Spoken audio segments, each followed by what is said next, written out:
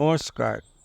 Spiritual bulletin চ্যানেলের সকল শ্রোতা ও দর্শককে জানাই সাদর সুস্বাগতম।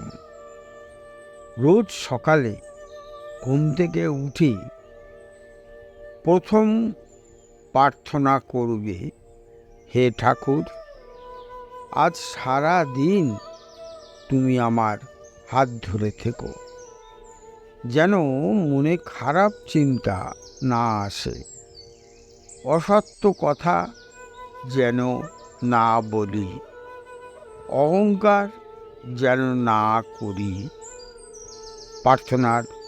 প্রার্থনার খুব জোর, তিনি শুনবেন। শ্রী শ্রী ঠাকুরের আমি সেবক, এ অহংকার যেন থাকে। আমরা তার ছেলে মেয়ে, এই অহংকার না থাকলে আমরা কাজই করতে পারবো না। অহংকার আসে তাই কাজ করব না, এ তো খুব খারাপ। পূজনীয় গণেশানন্দজি মহারাজের যে কথা আমাকে বেশি স্ট্রেন দিয়েছে, তা হলো যে ঠাকুরকে বেশি ভালোবাসবে সে বেশি কাজ করবে। অনেক মিথ্যা খারাপ জিনিস দেখবে, কিন্তু ওদের মধ্যে এতটুকু যদি ভালো থাকে ওটা নেবে। প্রত্যেকের মধ্যে শ্রীরামকৃষ্ণ বসে আছেন, কিন্তু অহংকারে ধুলো ময়লা উপরে আছে। শ্রী শ্রী ঠাকুর তোমাকে টেস্ট করছেন, তাকে বলবে তুমি নাকি সব সৃষ্টি করেছ, তাহলে তো আমার বিরক্ত হওয়ার অধিকার নেই।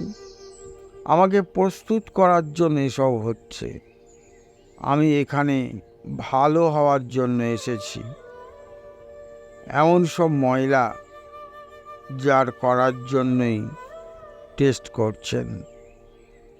নিজের ভুলের পক্ষে একদম তর্ক করবে না, স্পষ্ট বলো আমার ভুল হয়েছে, আর ভুল করব না। এক ব্রহ্মচারী এ কথা বলায় পূজনীয় ভূতেশানন্দজি মহারাজ তাকে জড়িয়ে ধরতে ইচ্ছা হয়েছিল। ভাববে সবাই মিলে আমাকে বুক, তাহলে প্রায়শ্চিত্ত হবে। অসাধারণ কথাগুলো বললেন প্রব্রাজিকা শ্রদ্ধা প্রাণা মাতাজি। আশা করি আজকের আলোচনা নিশ্চয়ই আপনাদের খুব ভালো লেগেছে।